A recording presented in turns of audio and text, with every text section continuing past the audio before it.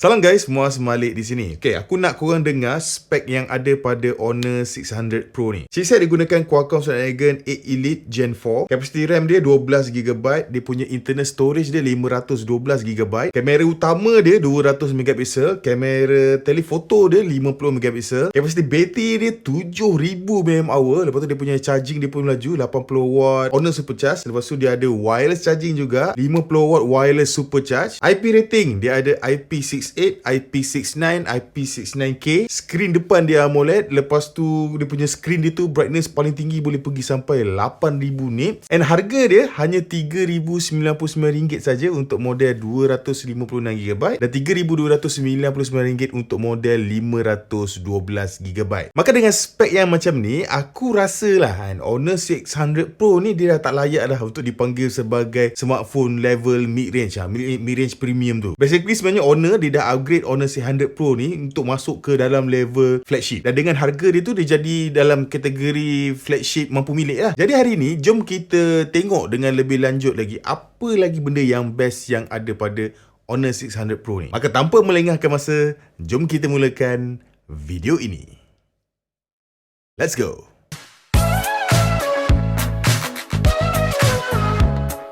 Kita akan start dengan design dia terlebih dahulu. So yes, obviously design dia ni memang sangat mirip lah kan dengan iPhone 17 Pro. Saling tak tumpah, layout kamera dia sama, bingkai dia pun nampak sama, susunan kamera dia pun nampak sama, warna orange dia ni pun nampak lebih kurang sama. Senang cerita, sekali pandang tu dia memang nampak macam iPhone 17 Pro kan. Bila masa aku pakai ni, banyak kali dah kan orang tegur aku, iPhone 17 Pro kan. Sebab yelah, dia orang terkejut, abang mana pakai iPhone kan.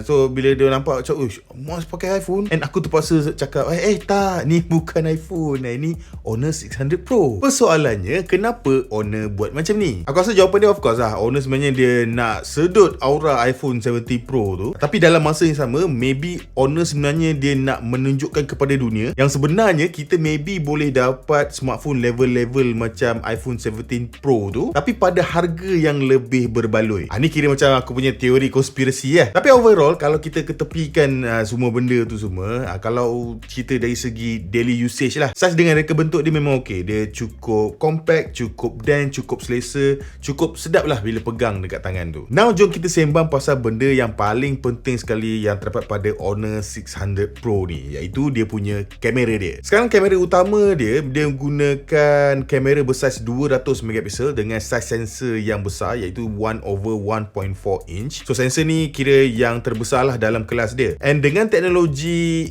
AI Remozek end-to-end, dia membolehkan 16:1 pixel binning diaktifkan lah, yang mana dia akan menghasilkan pixel yang lebih besar lah, sehingga 2.24 mikrometer. Senang cerita, dia bagi 24% peningkatan sensitivity cahaya untuk gambar low light yang lebih bersih dan penuh dengan detail. And of course lah, dengan adanya juga OIS tu, Optical Image Stabilization tu, dia akan buatkan gambar malam bila korang ambil tu akan lebih stabil tanpa sebarang gegaran lah. Lagi-lagi kalau korang ambil gambar pada waktu malam. Dan kemudian kamera telefoto dia pun dapat upgrade juga. Sekarang digunakan lens kamera telefoto periskop bersaiz 50MP. Dan telefoto dia ni dia menyokong sehingga 120 kali zoom. Kira paling tinggi jugalah dalam kelas dia tu. Dia jauh lebih tinggi berbanding Honor 400 Pro sebelum ni yang just sokong sampai 50 kali zoom je. Dan kemudian dia punya AI Zoom 2.0 dia sekarang mula aktif. Dia akan activate dari 7 times zoom. So apa yang AI ni buat adalah dia akan mencantikkan dan menajamkan lagi gambar tu supaya tak pecah bila kita zoom jauh-jauh lah misalnya. And disebabkan Honor 600 Pro ni sekarang dia dapat banyak sangat upgrade, alang-alang dia orang upgrade juga dari segi penstabilan. Contohnya kamera utama dia sekarang menyokong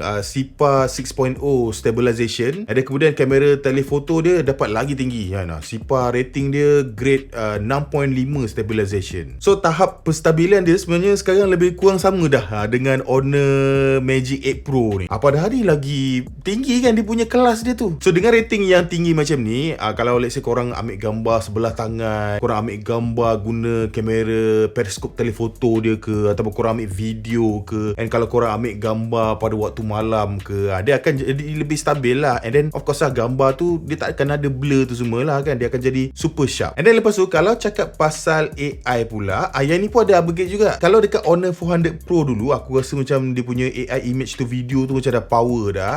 Dekat Honor C100 Pro ni dia lagi power. So kali ni AI image to video 2.0 dekat Honor C100 Pro ni sekarang dia dah menyokong untuk upload gambar lebih daripada satu kan, untuk sekali generate video tu. Lepas tu kita siap boleh masukkan arahan teks lagi kan, untuk kawal gaya dan output content dalam video tu. And then kemudian lepas tu dia akan generate lah, korang akan dapat video berdurasi 5 saat. And let's say kalau korang tak ada idea nak buat video AI yang macam mana, Honor ada juga bagi 14 template built-in untuk korang hasilkan video pendek secara kreatif dengan lebih mudah. Dan alang-alang kita dah sembang berkenaan dengan AI ni, apa kata kita sembang juga AI lain yang ada dekat Honor C100 Pro ni. Pertama, dia ada AI Enhanced Night. So sekarang smartphone ni dia menyokong night mode pada range zoom yang lebih luas lah, daripada 0.6 sampailah ke 10 times zoom. So apa yang AI tu akan buat adalah apa gambar ni bila kita gunakan tu night mode tu, dia akan lebih baik lah untuk kekalkan detail yang lebih banyak. Dan kemudian dia ada juga AI Enhanced Night Portrait. Kamera depan 50 megapiksel dia ni ada AI Portrait untuk malam. So bila korang berselfie tu, dia akan optimize lah tekstur kulit tu, pencahayaan, dan dia akan bagi kesan bokeh yang lebih baik lah. Ketiga, dia ada Moving Photo Editing 2.0. Yang ini bagi aku memang agak menarik juga, sebab kalau sebelum ni gambar ada photo boom kan, subjek yang kita tak suka dalam gambar tu kita boleh buang, tapi dia dalam bentuk gambar yang statik. Sekarang dia dah up sikit dah. Kita boleh buang benda yang kita tak suka tu dalam live photo. Gambar yang boleh bergerak-gerak tu lah. And lepas tu kalau nak cantikkan lagi ataupun nak bagi kreatif lagi, kita boleh gunakan dynamic photo collage kan, untuk efek yang pop up macam ni lah kan, boleh terbonjol keluar tu, memang nampak style lah. So let's say kalau korang upload stories dekat Instagram ke apa ke, dia nampak macam lebih dynamic lah. Dan yang ni pun aku suka juga, dia ada AI pose suggestion. Dia akan bagi cadangan apa style posing yang kita boleh buat. So kalau kita gunakan fungsi ni, tak adalah lepas ni bila ambil gambar je akan buat macam ni kan.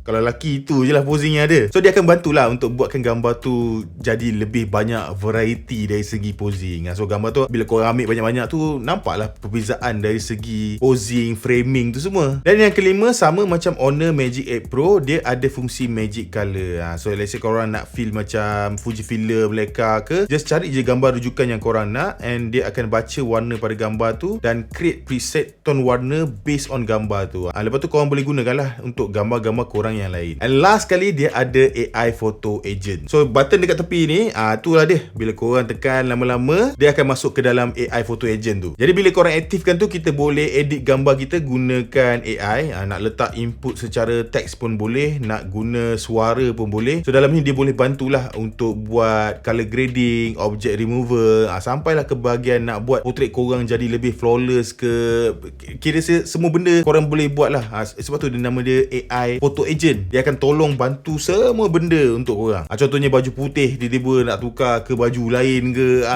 boleh buat juga. Kalau dengan fungsi ni korang malas juga nak edit gambar, aku memang tak tahu nak cakap apa lagi lah. So itulah dia Honor 600 Pro.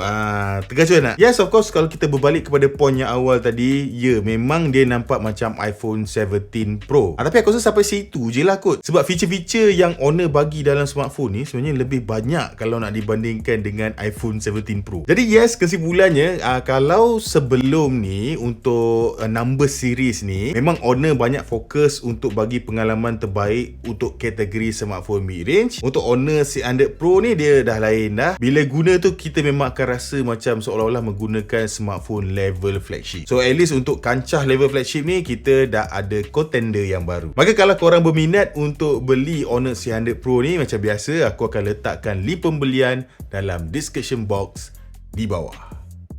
Jadi guys, aku rasa sampai di sini saja video aku untuk hari ini. Macam biasa, kalau korang rasa video ni best, jangan lupa untuk tinggalkan like dan subscribe.